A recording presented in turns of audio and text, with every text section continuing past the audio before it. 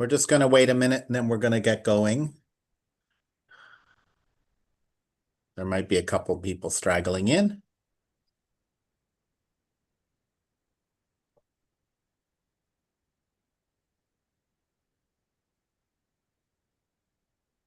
All right. So what we're going to do today is a kind of an interactive workshop. So I'm hoping that Kevin and Muzna, you'll be able to join in.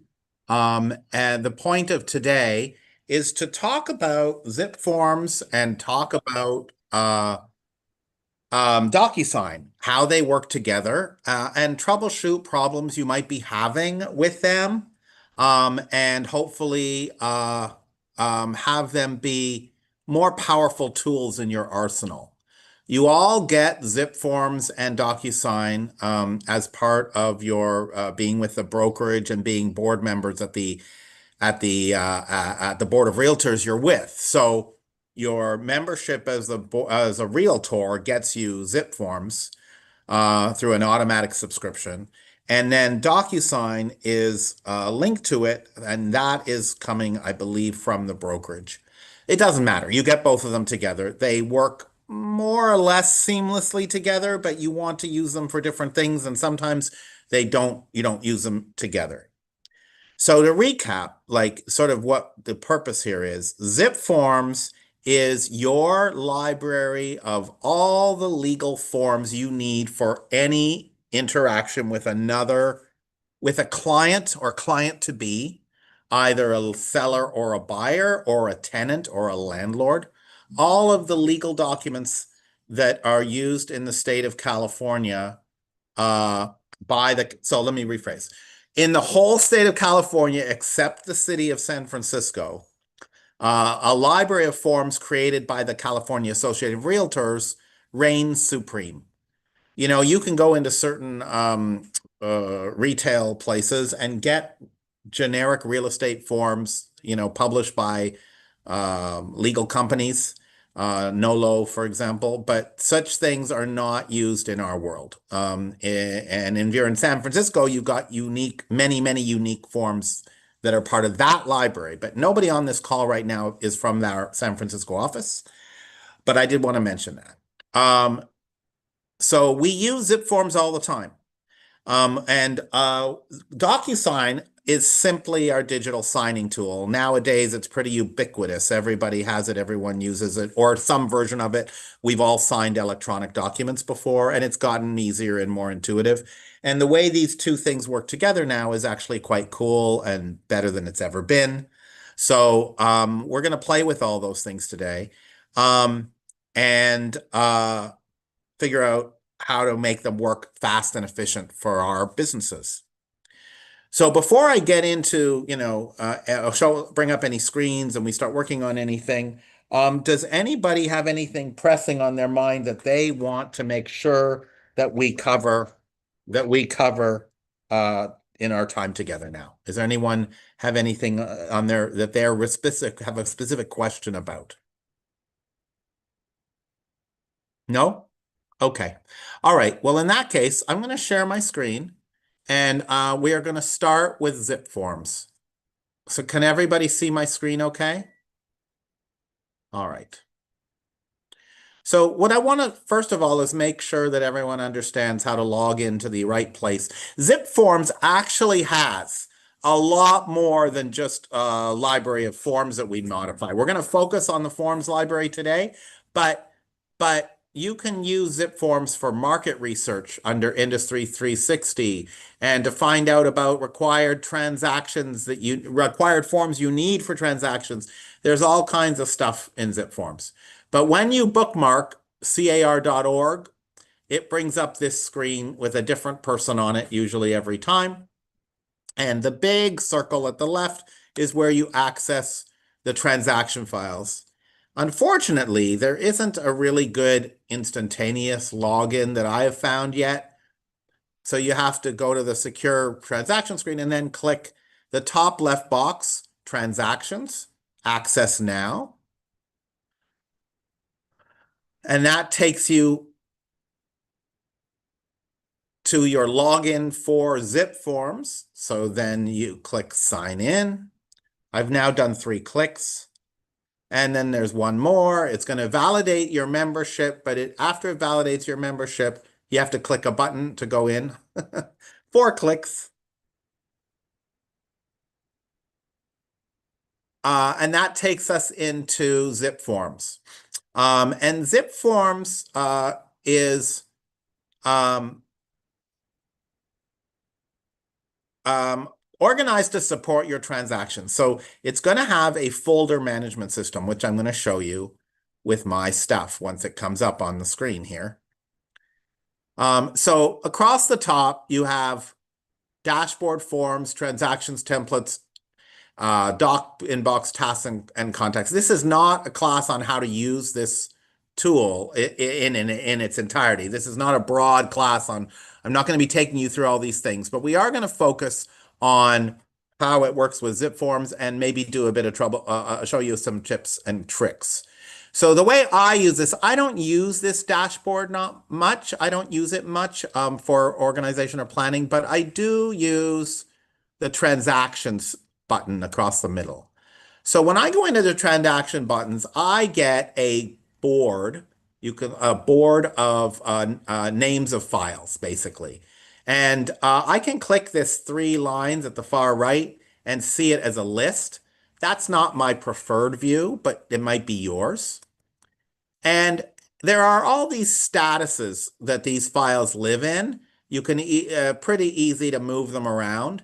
Active, pending, closed, inactive, fell through, and prospect. You could organize yourself this way. I haven't found a lot of utility in organizing, basically tagging my different files by the type they are.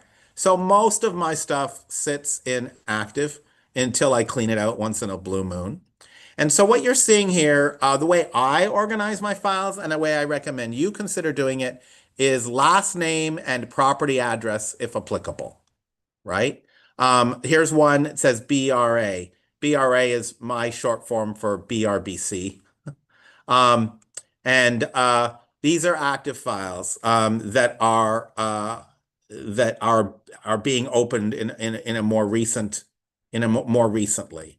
Now I also have I'm looking specifically right now for my test file.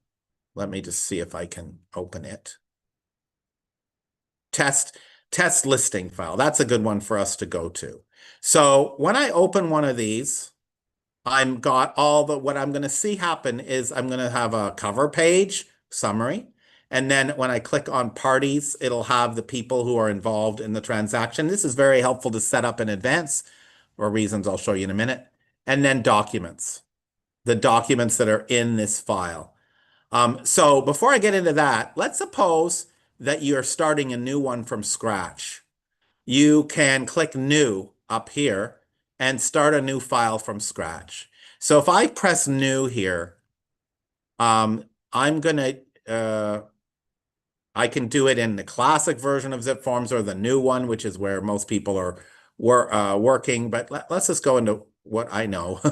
I choose, let's suppose I have a new listing. I can create a new, well, actually, let me create a new purchase offer.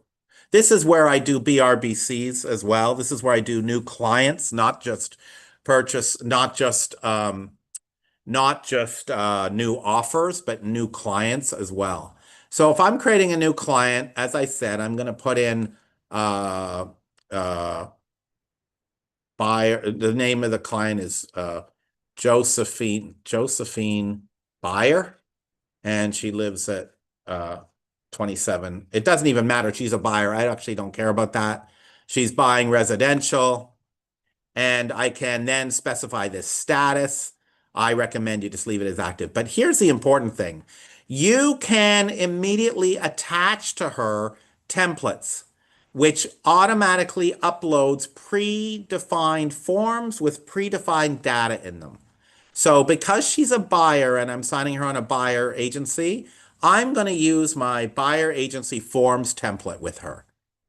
This is a really powerful thing, guys. You go in, you set up a template, and then you can apply it to any new buyer or any new escrow. If she were writing an offer, I would use the purchase template.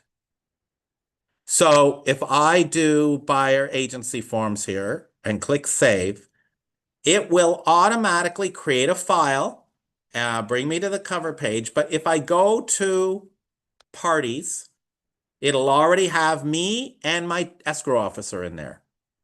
If I go to documents, it'll already have all these documents in the list here, already ready. Some of them already filled out.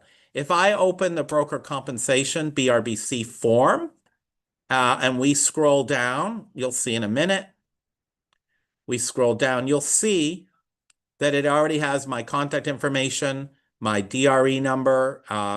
It already has a default for my compensation that I always request on my BRBCs, which is 3%. With a 30-day continuation period. So fields that are always going to say the same for me, cancellation 1 day is the way I do it. It's using the most current form. So this is really helpful, right? I don't need to go do this each and every time I have a new buyer client. And because of the way I do things, I don't I have other forms that I upload for buyer representation. So you'll see in my list, it isn't just the BRBC, although it can be, guys. I just tend to be detail oriented. So I usually include in the package when I'm meeting someone a summary page that tells them everything that's in the package, statewide buyer and seller advisory, market condition advisory, property visit advisory, consent for communications, a personal representation agreement that I have that I built, that I developed, and some buyer certificates that I use, a home buying process document, preferred trust lawyers, preferred lenders, and then a permission to work with my escrow office, my title officer, which is, sorry, not my title officer. This form is an authorization to work with my transaction coordinator. Some of you know Denny with TC Advisors. And then because my buyers don't understand supplemental property tax, I always include this at the very beginning as part of the package. But you don't have to. When you are creating your template or your buyer agency forms, you just need this one. You don't need all this extra stuff. But that's why I have it there. What I like to do is I like to send all of this stuff out as a PDF and then let them look at it. And then when I meet with them, I go through some key points of it, and then I'll just send them the DocuSign later, and it's a little less intimidating. Okay, so if I get my template done, and then I open up the form, there's usually some changes that I need to put into this form. And one way I can do it is to actually type in their name, which Josephine Buyer. And the cool thing about Zipforms is once you put their name in one place, their name will show up everywhere else. So we can see her name showing up on the first page of the actual agreement. The date of the agreement is wrong, so we have to fix that, right? And then the representation period. Representation period, you must keep it to 6 months or less. And it automatically, sorry, 90 days. I apologize. 90 days or less.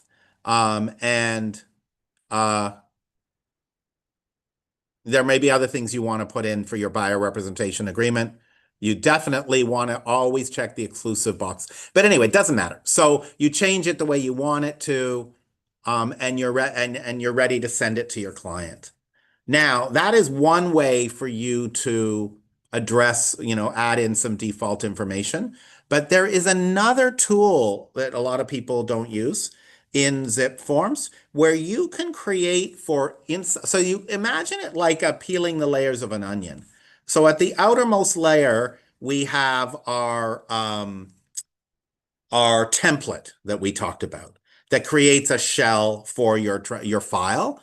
But then you go in another layer and you can set a table of contents within your document that will that will allow you to specify some parameters. So for example, um, not table of contents, I'm sorry, cover sheet. You can put a cover sheet in your file that will then create a default to all the documents. So for example, I like to put it at the front, but when you add it, it always adds it to the bottom. I can go into a cover sheet, create a cover sheet for any file I've created, and I can, in my cover sheet, put in Bill Smith as the buyer and Jane Smith. And, wherever possible, guys, always put your email addresses for your clients in here or in the file so that it makes things a little faster for when you're doing, I don't know if it'll let me use the same one, but we'll try. Remember to check the box. So this is a cover page, right? So it's a cover sheet for your transaction. So this particular file, we've put in the name of the buyer, the seller, their email addresses. And at this point, if we had a seller, if we were writing an offer, we could put in all the seller information here. We don't need anything but their names and here. If you're representing a buyer, you don't need anything but their names. You could put in the MLS number, street address, APN number, very important for offers. And you could put in your offer amount and you could put in your financing amount. There's a lot of stuff you can put in this cover sheet. You can also specify what title company what escrow company you're going to have, your contact, your brokerage contact information, the listing brokerage contact information. You could even fill in these others. I don't normally. But the point is once you save this, once you've saved a cover sheet in your file, you now don't have to enter that information anywhere else. So now when we go back into our buyer representation agreement, it will have updated not just the buyer representation agreement, but all the forms. So let's go into say the statewide buyer and seller advisory. Okay, it's one of the forms I had in there.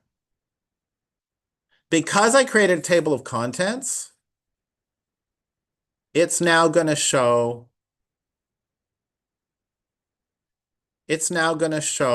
well, this form doesn't have any data till the last page. All right, on the oh, really? On the last page of this form, it's now showing Bill and Jane Smith. So it automatically populates. So you can create a template for all your forms with standard information that'll go across all your buyers and all your sellers or all your new clients. And then you can create within each form a cover sheet that then defaults information for all the different forms you might be using, which can be incredibly powerful. So, and make it a lot easier for you to make fewer errors on an ongoing basis with your files. So the same way I just did this for buyer agency, I could do this, I could leave this file, and I could do this for a offer.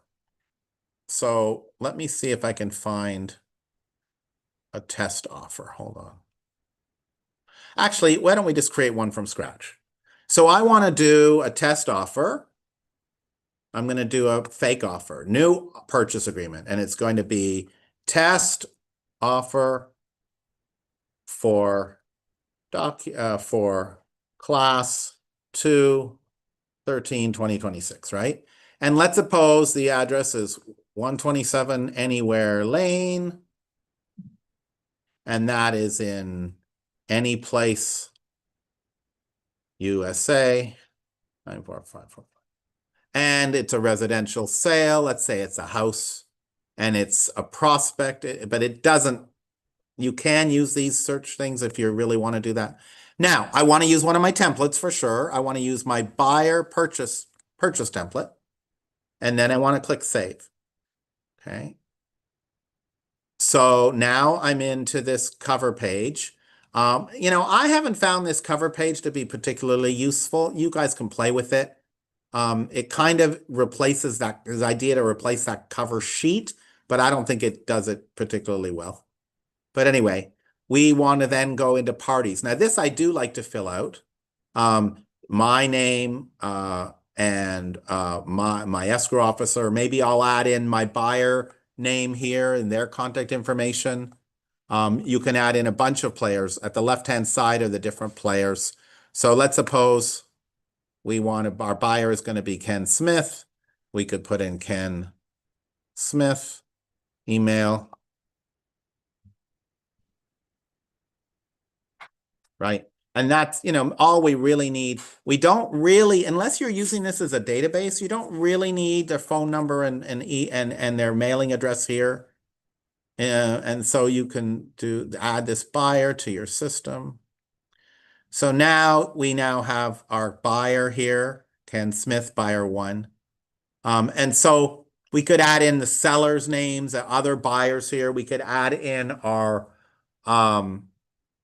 any other party to the transaction that's going to show up on the contract, which isn't that. You should, typically you have buyer, seller. Oh, the agent, the listing agent. You represent the buyer's agent. You also should put the listing agent in here. This will save you a lot of time later.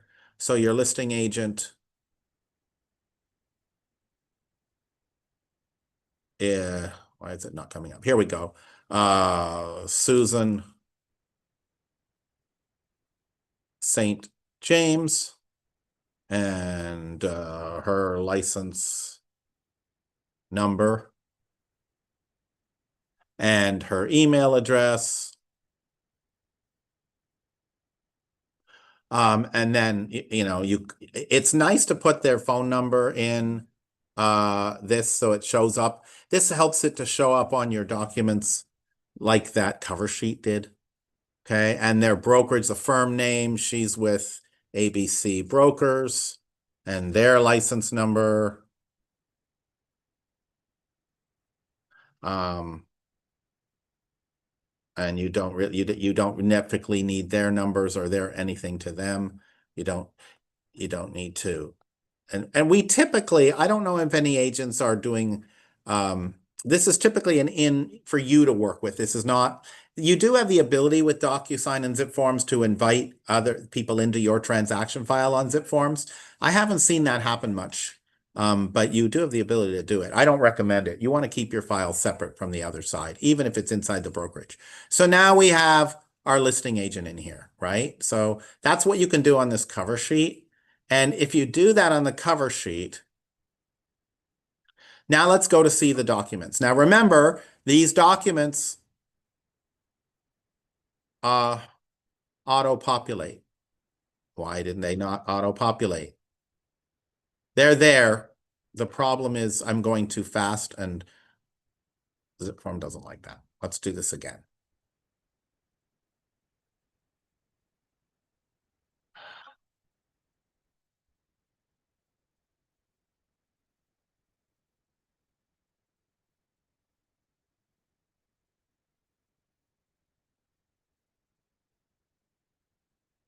All right, go into documents. There they are. So if we go into documents, we can see that there are in this template that I created. I've already put in a cover sheet as a standard for my offers so that I don't have to repeat putting data in elsewhere. And then I've got my RPA forms, and then I always want my buyers to know how much they're going to expect to be out of pocket. We do get this information from lenders, but we don't want to rely from it coming from lenders. I always include a market conditions advisory, and I always include a statewide buyer and seller advisory with offers. And there's a class I have on my coaching channel about preparing winning offers, where I get into some of the logic about why I include some of these extra things. So the first thing I do, I've opened my file for my offer. I go to the cover sheet and I want to make sure that I've got things in right here. So I've got Ken in there. He defaulted in here. But now I really do need to put the sellers' names in. So I need to put them in because I want their names on the offer. Sally Seller and Steph found seller. Two sellers. Don't need anything else but their names. Just for your buyers and your people, do you need email addresses? And the address came up for us, but here we could put the MLS in it, but there's no real need to. But here's very important. Make sure your APN number is on your if you don't put it on the cover sheet, make sure you don't forget to put it into the offer. You don't need list date. It's going to put data in there. We don't care. But we do want proper purchase price here in our cover sheet. So 1,420,000. No, that's a bit too high, huh? Let's take out a zero. And our offer date is today. Our deposit amount is, say, I don't know, 350,000. And no deposit increase. Our offer date, let's say, is going to be today. Today. Now, offer expiry. Talk to your mentors about offers expiry. The default position is 3 days, 5 p.m. on the third day. That's a strategic thing. And financing, if they have a loan, I like to put the total amount financed here, which in this case is 1,070,000, right? Did I do that right? And that's the first page. And then on the second page, it's defaulting my listing information. Sorry, my buyer agency information. It's putting in the listing side information that I put in on the other page. And the title information is already there. And because I use Disclosure Source for disclosures, it's got Disclosure Source.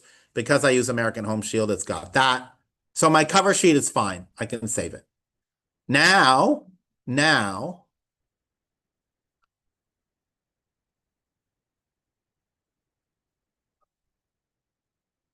I want to go back. And before I would send anything out to signature, even though I think I did it right, I absolutely have to go through the contract. I have to go through the paperwork I'm going to send the seller in more detail. So we've got all of our templates and our cover sheets. So now we go into the purchase agreement form, which, as you guys may be aware, consists of a whole bunch of forms. And we're going to go through and make sure that we've entered all the data correctly.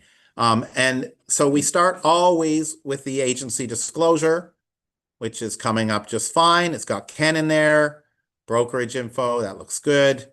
And then the next form is the actual contract, which is defaulting all this great information. I don't have to retype it in here, which is fine.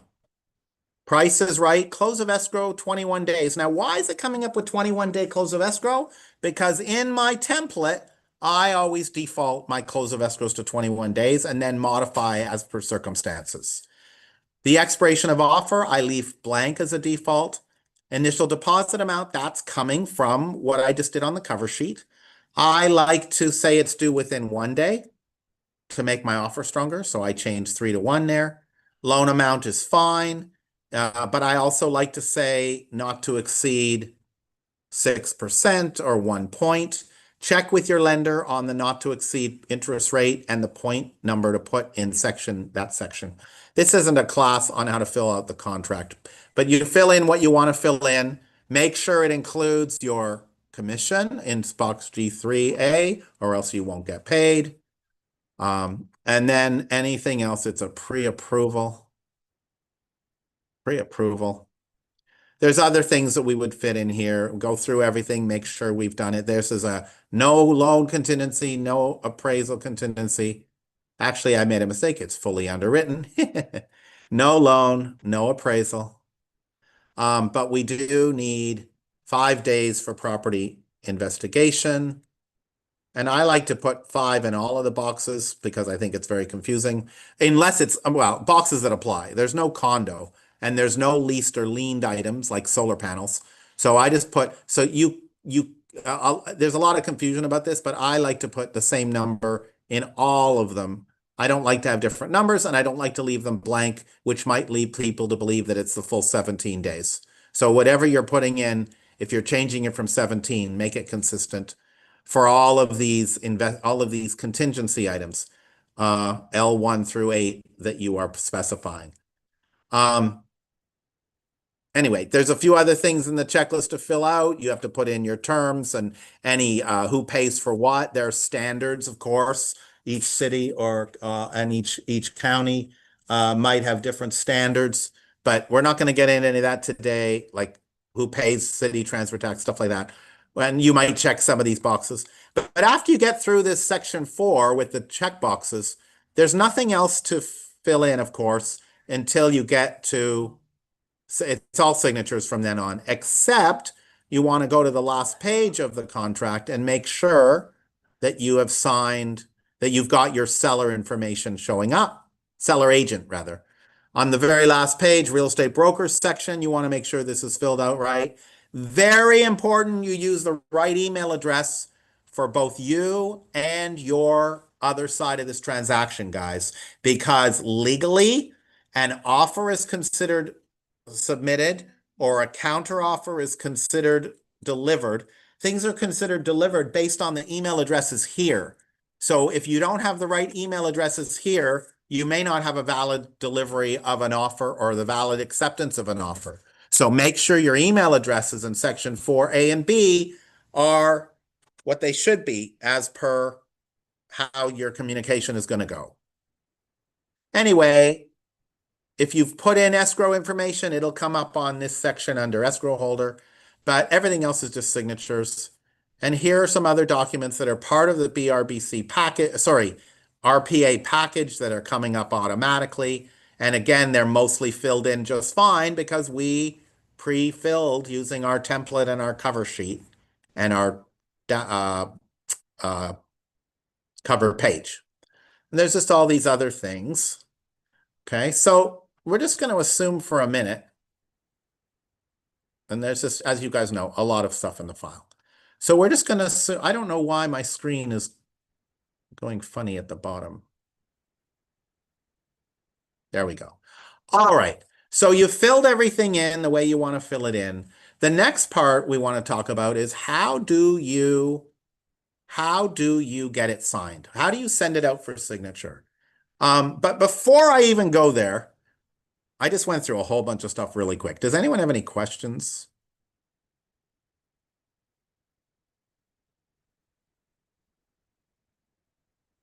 I assume not then. Fine. So the next thing is, how do you get it signed? So we'll assume you've edited it. Maybe you printed you downloaded a PDF of it, and your mentors looked at it, everything's great.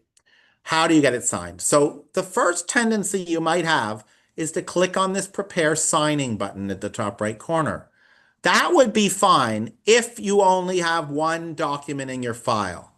But you guys might remember that I had several documents in my file. So I save it and go back, and you're going to see all my documents in this file.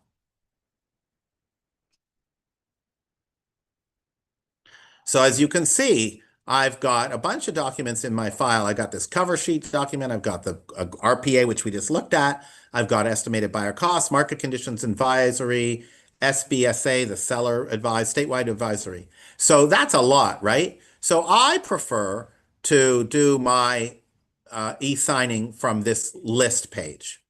By the way, just like with other pages, you can look at it as a boxes instead of as a list. So here's what I do.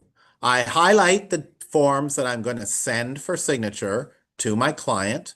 Now, just an aside, if you are going to send your buyer an estimated buyer cost sheet as a signature item, as opposed to a separate one-off PDF or have them sign it by itself, be very careful to remove it before you submit your offer.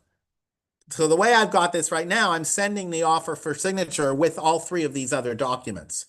But my normal practice would not to be to send the buyer cost sheet with the offer paperwork.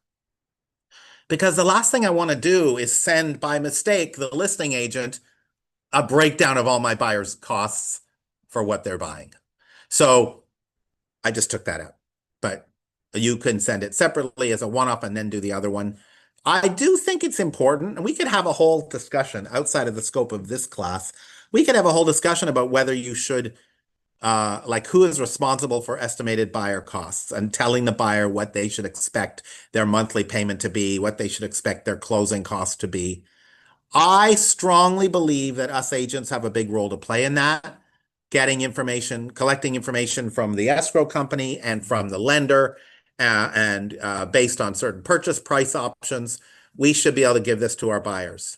You can do this in a number of ways besides this way here.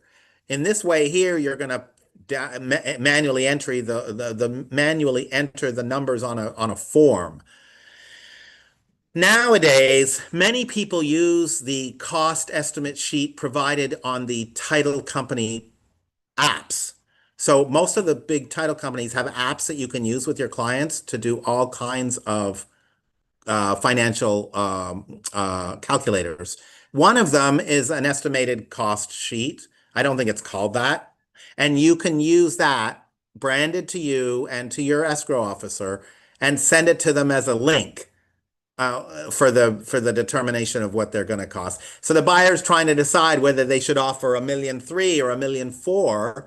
Using your app, you could easily send them to those two estimates as links in like 5 minutes and forget about doing it here completely. That's probably faster. But it is important for when you're meeting with your buyer for them to have an idea of what their monthly payment's going to look like and how much they're going to be out of pocket.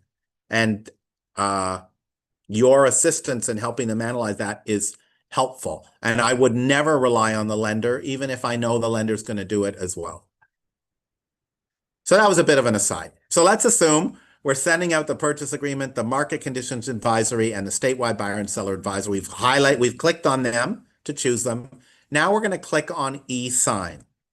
Okay, so when we click on e-sign, it has a packet name, e-sign packet 1. This is irrelevant. This is not the subject line of any email. It is merely the packet name. I am a bit detail oriented, so I always change it to property address, something like this, right? But you don't have to. It doesn't really do anything. You can reorder. You can reorder the documents as you want by clicking on by holding down the little symbol here and dragging it. But I'm okay with the order, so I'm going to click next. Now I get a list of all the parties to the deal, but notice there's only one email address here, and that is our buyer. Okay. Actually, there should be two. If we go down, we also see me, the buyer agent. But you may have a second buyer, or you may have another party that needs to look at the document, a family member, something. You want them to be in here too. If you don't have their email address, it's going to make you put their email address in.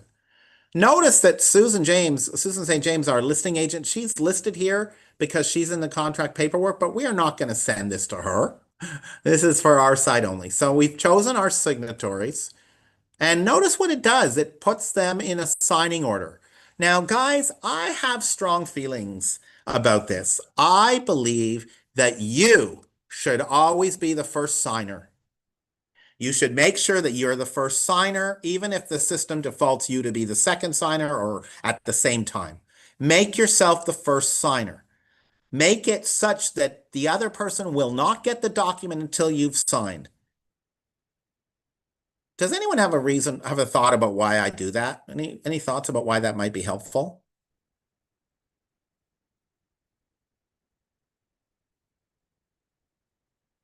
Anybody? No? The reason this is useful is you can catch mistakes. It gives you yet another chance, and maybe your mentor should also be at the same level as you, right? If your mentor's going to review it, that they have to review it before it goes for real signatures. Either way, it is yet another step. Now, you guys might think, oh, he's being too anal or he's being too worried about it. This is a purchase agreement to buy a house, buy a property. We're talking about maybe millions of dollars here in our area. You can never be too careful, and it'll make you more of a professional. So I strongly urge you to make yourself first signer, make your mentor reviewing you before you send it to your client. And when you do this, It gives you a chance to read it over again in detail and make sure everything checks out. So then we click next,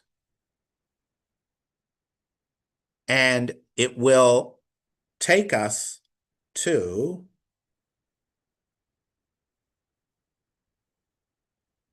eventually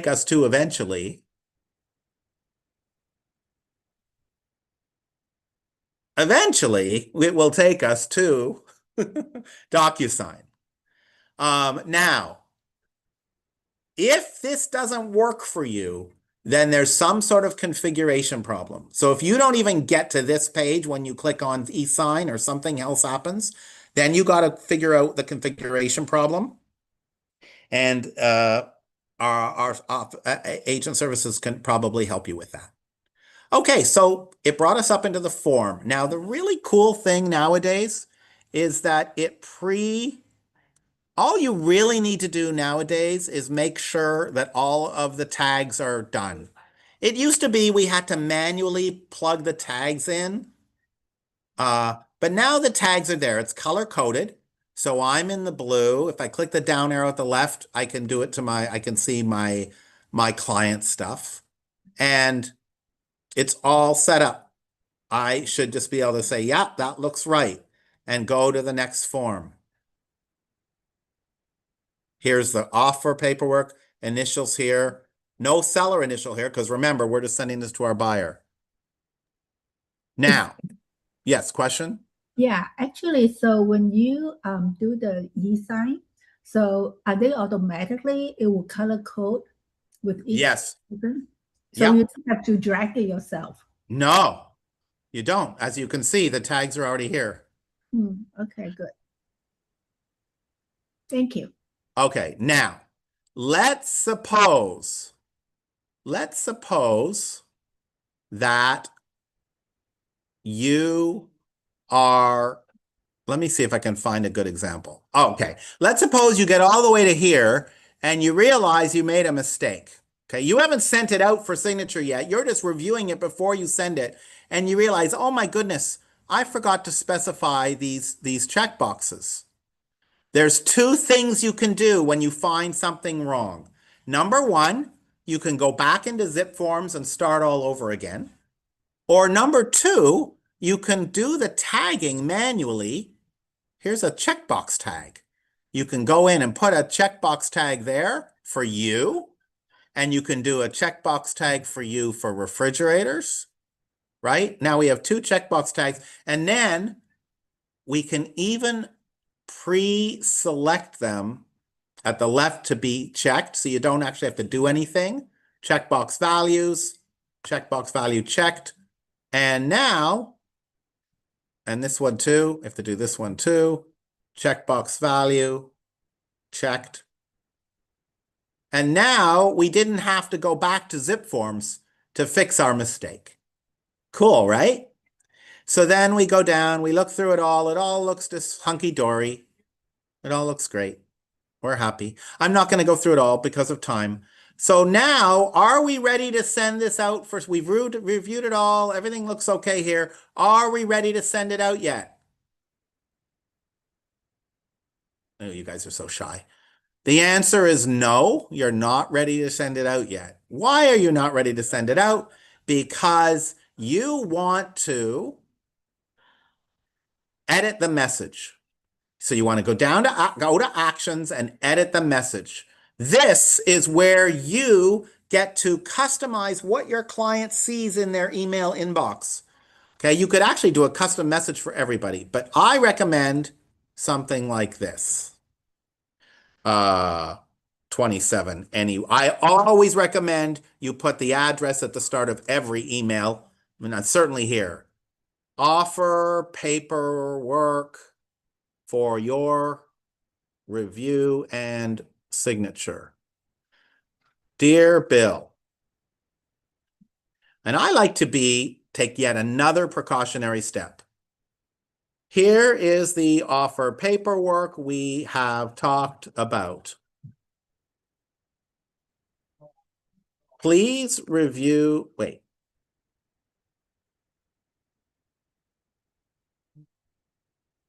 This is an offer for 1.42 million with a 21-day closing and a 5-day investigation, sorry, a 5-day investigation contingency.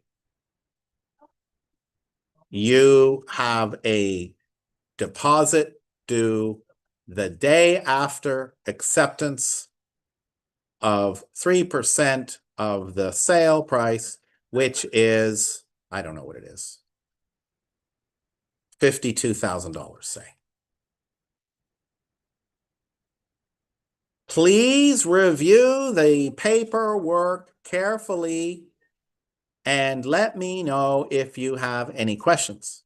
They never do. If all looks okay, please sign as indicated. Thanks, Stephen. So I like to actually take the time to put a cover. So many agents get lazy at this point and they just send out the DocuSign without any custom subject line or custom message. Don't be that person. Be the one who has something that, because remember, the whole process, especially for first-time buyers, is so intimidating. Everything you can do to make it a little bit clearer, a little less unclear in any way, it adds to your professionalism and also makes the process easier on your client. So then we're done. So we're done with the message. Now, you can edit other things, right? You can edit other things. You can, for example, go back to actions and edit your recipient list. Maybe you forgot to do the review for your mentor. You can put your mentor in. You can actually go in and add other documents like the pre-approval letter, like the proof of funds, right? You can do all those things. But we're good. So now then you can preview what's going to go out. But what I normally do at this point is I send it. Click send, and it will go out to those parties. Okay. I am not actually going to click send because then I mean, we don't need to. But that is the way that I do it. And it's fairly smooth, and it gets smoother the more I do data entry beforehand. The more I use templates and cover sheets, the more things are just automatic, and I don't have to change a lot of things.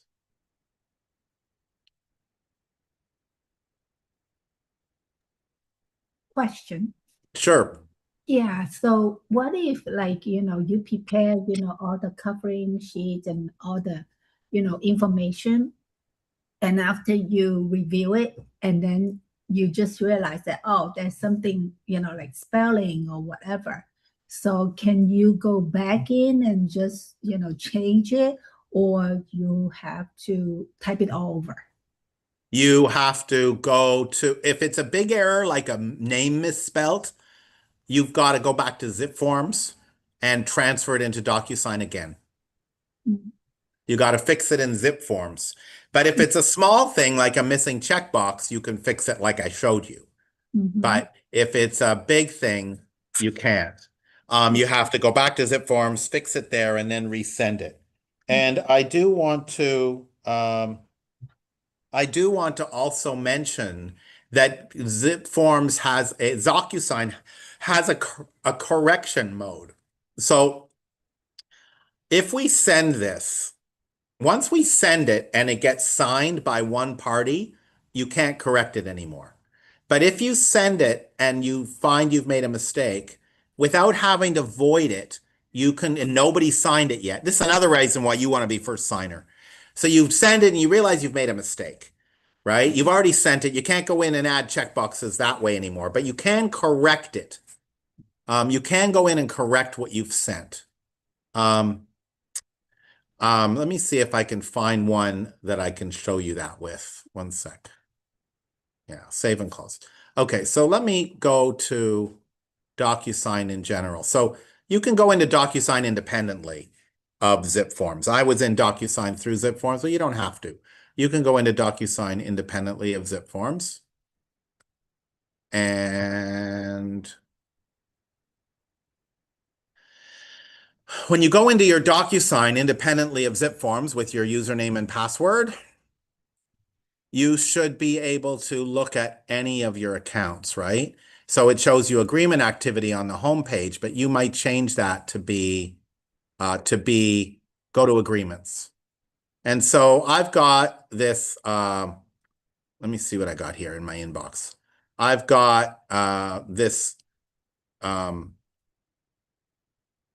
here's some. I've got some buyer agency documents ready for signature. Nobody has signed it. So let's suppose I realize I made a mistake. I can click the three dots here and I can correct what I did before anybody signs. So it says correcting. Now I can add in a missing document, or I can go into a document and potentially add new tags or change tags around, whatever I need to do. So that correcting modality is another option for you. It depends where you're at in the process, what you need to do.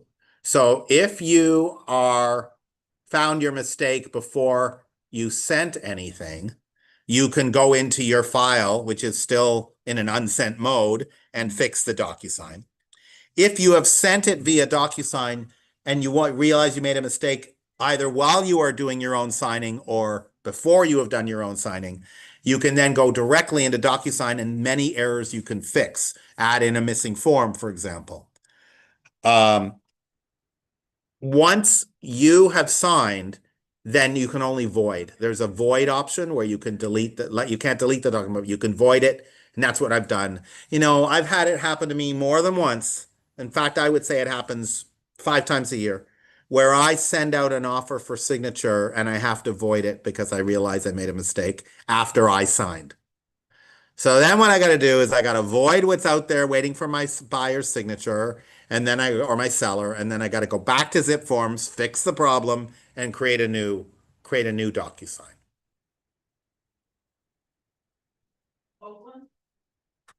Are there any other questions? I do want to stress that I am not a DocuSign certified instructor or a Zipforms certified instructor. I'm just sharing with you how I use these tools for a couple of very common things that we do. Sending out buyer paperwork for agency or sending out offer paperwork. I have another one for listing paperwork, but it's the same general idea. I also want to stress that I may not have the most efficient, fastest way. You may find when you play with it, if you're more technical than me, more good with software, faster ways of doing things. But this works for me, and I wanted to share it with you guys. Thank you, Stephen. Yeah, anyone else have any questions? I've heard of Glide before. Is that similar to DocuSign, or is that a completely different type of platform? It says Kevin, but I'm hearing Erica. We're here We're both together. here. Ah, yeah. So yeah, that's a great question. Glide is a software tool that allows you to run through a special kind of wizard platform on a laptop or a phone to put in data for certain types of forms. It's widely used by TC Advisors, which is our in-house transaction coordinator. It does not, and it talks to Zipforms. And so you will be exposed to Glide. So what happens with Glide is it takes you through a question and answer for all the different items on a given form. Now, I use it for doing agent visual inspection disclosures when I go on site to a property. My sellers use it for completing their TDS, AVID, and SPQ, and not AVID, TDS, SPQ, and other seller legally obligated forms.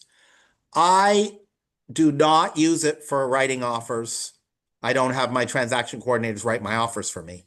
So I don't use Glide for writing offers. I don't use Glide for preparing listing listing packages or buyer listing agreements or buyer agency agreements. I don't use it for any of that. But you will encounter it, and it can be very helpful with AVIDs. I love it for AVIDs because I go onto the property with my phone and I turn on my phone's speaker and I go into the AVID and I just verbally walk the house and say, crack in window pane, Mhm. bedroom, right? And Okay. then I save it right there and then. So I can then go back to my office and edit the glide before I submit it. And now I don't have to manually. In the old days, I would take a notepad and I would write down all my observations for my agent visual and then go to the office and type up the AVID form in Zipforms. Now I use Glide for it. Just walks me through it on my phone. Okay. Thank you. Great question. Yeah, actually, Stephen, I have one more question. Is for the cars, and what happened is like when you prepare a RPA, and what happened is like you notice that, oh, I have to make some changes. And then, when you go back, do you have to redo it everything again, or you can just use that form and then you can just correct it? The reason why I'm asking is because last time when I do the cars form and I do the RPA, and then what happened is I save it and then I download it. And then when I go back, and it doesn't, I have to redo it again. So I don't understand. So if you have a saved file in Zipforms, it's not going to lose your data. I've never heard of that. Mhm. Now, what sometimes happens is that it's so off, I make a fresh copy and transfer the data to the copy of the file and start all over. That's something you might do on a rare occasion. But usually, if I made a mistake and I need to redo the paperwork, I just reopen the original file in Zipforms. So if you lost all the data from your original file, then something else happened. Mhm. That's very unusual. Something else happened. So obviously, I don't know what your process was and how it went down, but you should not be losing data. If you've saved it, you click save and close on Zipforms, it's not going to lose your file. Okay, but I can do the edit, right? Of course, there you can go in and edit at all times any zip form file. Where you get into trouble with editing is in DocuSign after somebody has signed. Yeah, it's After you've edited something in DocuSign. And even in DocuSign, if nobody's edited, but you got a name spelt wrong, you can't use that DocuSign. right, You have to go back to Zipforms and create a new DocuSign because DocuSign won't let you edit text. right. It will let you put in new text, but it will not make it easy for you to, scratch something out and put something in pencil above it. Okay, thank you. So that's all I got, guys, and it's 3 o'clock. I hope this has been helpful, this walkthrough. Has it been helpful? Do you like this? Is this good content? Very helpful. Thank you, Stephen. All right, good, good, good, good. And um, I appreciate you guys all being here, and I hope that it will help you to be a little more smoother in your processes of using Zipforms and DocuSign. I have another exciting class coming on Tuesday when we're going to be talking about buyer contingencies and how to talk to your buyer about contingencies when you're writing an offer. I hope you'll all be there and tell your friends. And I'll see you guys next week, or most of you anyway. Take care. Thank you, Stephen. Have a good Thanks.